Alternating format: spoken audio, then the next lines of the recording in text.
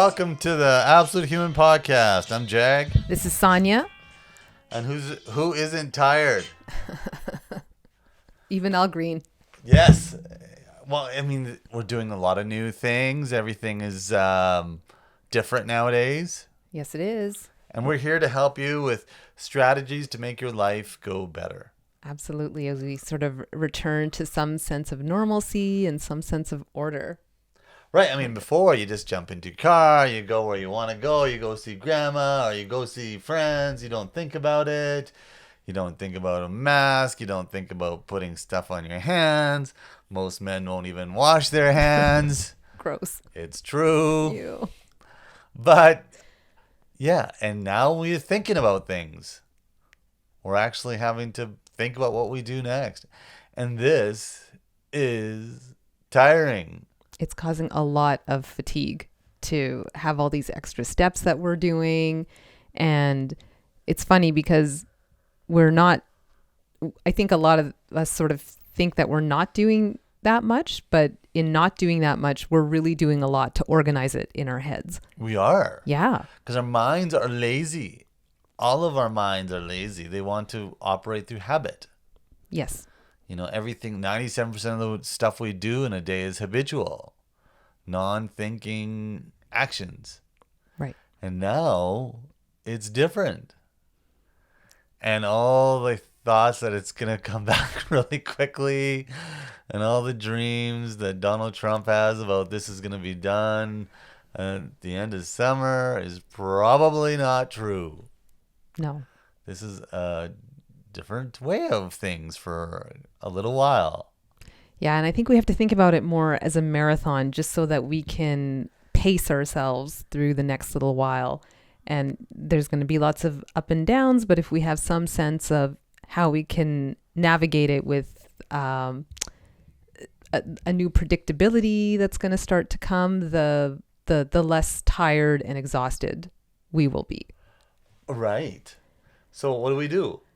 Oh, there's lots of things that we can do. I think the first thing is just even understanding why it is that we're so tired. Yeah. Why are we tired? Well, this is a question that I ask myself a lot of the time because I'm not so sure about many of you, but I thought I was going to have all this time to be super productive, creative. I had all these plans for these like photo things I was going to put over my house, the garden, and all these projects and connect with people and the spirituality part. It was all, laid out because now I didn't have any of these external obligations in the way. And I think most of us listening to this are, in that same boat, like things, office, social obligations, events, knowing where we're going. But it's actually caused a lot more exhaustion to the body than before. So you haven't done jack.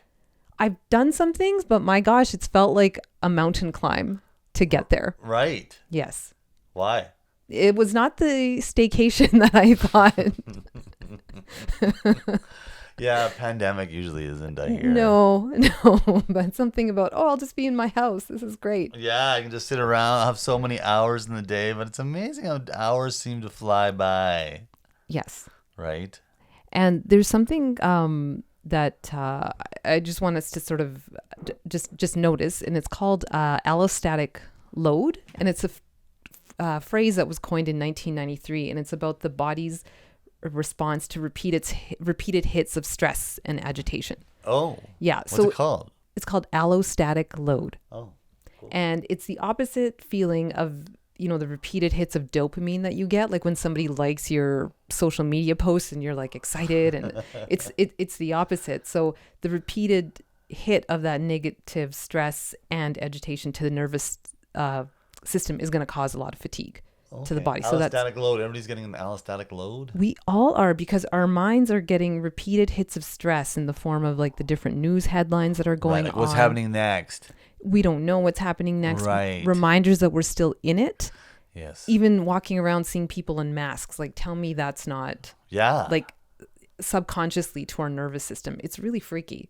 Oh, right. Like even to think about that, like people in masks everywhere. Yeah. Except Donald Trump. I know. It should be the opposite. But yeah, so people en masse, scary. Right. And just that it's that mental stress that Right. we're using to make sense of a very unfamiliar situation is Right. exhausting us physically. So it's okay that it's happening. Yeah, allostatic. Allostatic load. And so what the brain likes is it likes predictability and routine. So you don't have to think about things Right. too much. Yeah, like the habit stuff I was talking about. So just things go through the day, and we've had that our whole lives, and this is a complete shift. Yeah. Our brains are totally going into overdrive, trying to organize and catalog all of it. So we're worrying just on a collective level, like this has shut down the whole world, not just your city or your neighborhood or your country. Right. It's everywhere. And that is just causing so much more load that it's making us do less and less because we don't have that certainty anymore. Yeah, and I guess and we're thinking, and it's really difficult, I think, for people of places in the West. I think it's even more difficult because in many places where it's poorer, people understand that you're dependent on the people around you. Yes. That you have a community. Poor people have communities. Yep. It's much easier to get together when you're poor. When you're rich, when you're on top of that hill, it's a little different. Right. Not saying we're all rich, but we're in a country and we live in countries where it's a little bit more privileged. Right. And so we sometimes have an individualistic mythology. Us, not as much as the U.S., but I mean, we're not protesting as much as they are with guns on their Capitol buildings or whatever they call them. But there is an individualistic mythology in our minds. Mm-hmm. But this is something very, very different. It really pushes our thinking to think about the people around us. Mm-hmm. Like never before, right? Right. This is very unprecedented for sure. And, it's that lack of human contact that we're not having anymore that, before we could make sense of things, and just not having that is making us that much more stressed out, isolated, which is very dangerous. Well, hugging. Yeah, just the connection, right? The therapy of that is, we can't take that in a pill. We can't eat that in a food. Right. As much as we are substituting. As everybody's looking for the right, the panacea, some sort of product or something that will, make things easier. Or many of us are just numbing out. Mm-hmm. I think that's probably the easiest thing. Yeah. And, we really have an opportunity here to change that around. There are certain things that we can do that can really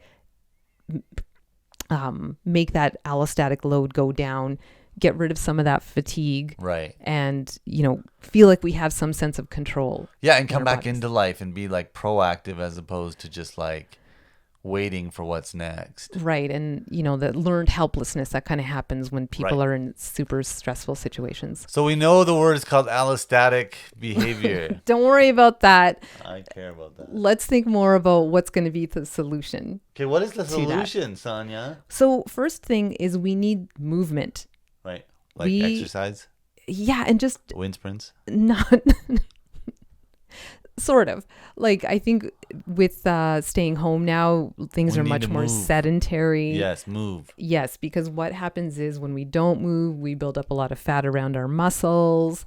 The immune cells like to hang out around excess stomach fat. The gut.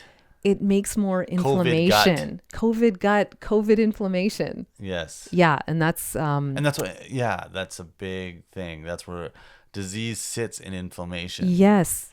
That's where disease actually resides. And all disease, it resides in inflammation. This goes beyond trying to fit into your, work clothes again. Like it's like you said, it is the it's the basis for a lot of disease.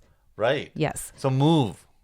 Jumping jacks. Not necessarily that, but even just when you wake up in the morning, it's a good idea to have some sort of movement practice. Okay. Yeah. So if you're, waking up at a good window, right. Have some hot water with some lemon. That's going to help flush out your system and detox all the gunk that your body's been processing the night before. Get it out. Lemon water. Lemon water, clean slate. Clean. After that, just do it doesn't have to be like a full-on Waffles. yoga. Oh, no. No. No, we're going to movement first. Oh, yeah, right. So just do some gentle stretches, Stretching. some sun salutations, like 5-10 minutes, nothing Sun fancy. salutations, just that. Just that. Just do one. Yeah, okay. Something, yeah, move. Get up and move. That's really important. Yes, because this is really sedentary. Yeah. This whole, even the feeling, because the whole world is sedentary right now. We're waiting. What's next? Because we don't know. Just keep moving. Okay, one, move. So movement. So you're going to do that in the morning. And another really good time of day to move would be later in the afternoon, like between 3 and 5. Okay. That's where you can do your wind sprints. That's when you can do your jumping jacks. 3 to 5. A little bit more vigorous. Right. Yeah. So morning movement, it can be a little bit slower. Stretching, opening, slower. Go tai for a chi, walk. Yoga, walking. Yes. Move. Gentle, but just you're waking up with the energy of the day. And then 3 to 5. A little bit. Calisthenics. Yeah. Aerobics. Step aerobics, especially. Taibo. Wear a leotard. Taibo. Okay, good. Okay, that's great. Yeah. No, movement. And that's it? No. Okay. Movement was the one thing that was. Okay, go. And the second one was. Oh, there's only 2? No, there's 3. Okay, go ahead. I wanted to do. 3 was going back to connection. Number 3. Pardon me. Number 2 was connection. So of course we know that we need connections to reduce our stress and isolation. Like you said, we're not getting that as much anymore. But sounds so medical. You have to connect to like feel healthy, but it's a heart's desire. Yeah, and it's everything in the universe is connected. Everything is intertwined. Right. And when we detach ourselves from that, we completely shut ourselves from universal energy and shut ourselves from flow. And that's why I'm really trying to do it within certain times of the day. Because what I'm going to say next is talk about how we can use the time of the day when the heart is most open. Okay. So you get the most out of those connections. Right. So you reach for people. Reach for people around Touch lunchtime. Them.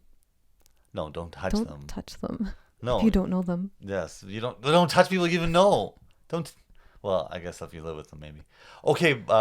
Number 2 is connection. Yeah. Have connection. Have it. Try to see if you can have lunch with somebody. Right. If you live with them. Have lunch with somebody. It's around that time of day between 11 and 1. Okay. Yeah. So if you're typically having lunch anyway, you'll get more out of it if you have that with somebody else and you're connecting. Some parts of the world they have in China, and I think Spain, lunch is like 3 hours almost, 2 to 3 hours. I don't know how much they're eating, but it's like slow, really slow, and it's connection. Yeah. And it's around that time. Talking to each other, you're interested, you're probably laughing. Yeah. Talking about things that, I love how unnatural we've become that we're trying to retrain how to be natural. That's what we're doing. We're trying to get back into the rhythm of what our body wants to do at certain times of the day. Well, yeah. I mean, that's what happens in this society. Okay, that's allostatic, what's it called? Allostatic load. Load. And the 3 solutions so far, we got 2. We got movement. And we got lunch. We got lunch, but then connection. Yeah, connection. Movement, connection. Yeah. And then the last thing, I know I talk about this a lot, and apologies if you've heard it before. You've heard it before. Sleep. What? We want to make sure that we are sleeping, getting the best rest possible. I'm sorry. We cannot have a good day without a good night. God, patent that. That's good. Say it again. You can't have a good day without a good night. Nice. Truly. And so you really want to make sure that you're getting to bed before 10 o'clock. That's it. That's it. And actually sleeping. Yeah, these should take about 10 to 15 minutes to fall asleep. That's what it should take. Obviously, many of us don't have that. No. And sleep is often disturbed for most of us. Right. And I think a lot of it could be screen time too. We should, especially before we go to sleep. Yes, exactly. We want the body to make some melatonin so it can fall asleep. This is where all that word sleep hygiene and all those things that were, again, natural to us before, but now we need to be reminded of blackout blinds in the bedroom, no screens a few hours beforehand, having a little bit of a sleep routine. Don't read a detective novel or something that's gonna like alarm you or before going to bed. Just keep it Harlequin really romance. well. Don't read those either. Probably not. They're too juicy. Oh, please. Anyways, that's number 3. That's 3 things. Those are the 3 things. What was the third one again? Sleep. Oh yeah, sleep. I've already forgotten. So, okay, number 1, move. Yeah. Number 2, move more than you're connection. Connect. Number 3, Sleep. Yeah. And I got one thing. I only got one thing. The one thing I have is Savea. The one thing in this world that actually people do not get tired with, and actually their energy gets invigorated, is something called Savea. Savea is the word service comes from Seva. Seva is a Sanskrit word. It's about doing service for others. Yes. A lot of times we get lost in ourselves and what's happening with us, and how can we make ourselves and better and healthier. That is so good, but when we start to actually think of others, energy tends to flow a lot easier. It does. Because we cling to our egos and our roles, and it can get quite stagnating. But when we surrender ourselves and actually let go and start seeing the people around us and how can we serve them best, energy starts to flow a lot easier. Mm-hmm. In this life, it seems to be when we do things for others, it's either a duty or it's an offering. When it's an offering, energy will just flow. Mm-hmm. See how you can help. See how you can offer. And watch the allostatic behavior? Load. Lift off your shoulders. What do you think? I think that's a great idea. So repeat. Say it again, Sonia. We want to make sure that we're moving. Number 1. Move. Move more than you have moved the day before. Right. It might just mean, walking around your house. Something. Good. Number 2. Number 2 is connection. Great. Call somebody. And number 3. Sleep. And above all that, it's Savea. Service. We're all in this together, as they are all saying. Yes, we are. But we are. And when we start to think of others, energy goes a lot smoother. Thank you very much for joining us here on Absolute Human Podcast. I'm Jag. I'm Sonia. We'll talk to you next time. Bye, everyone.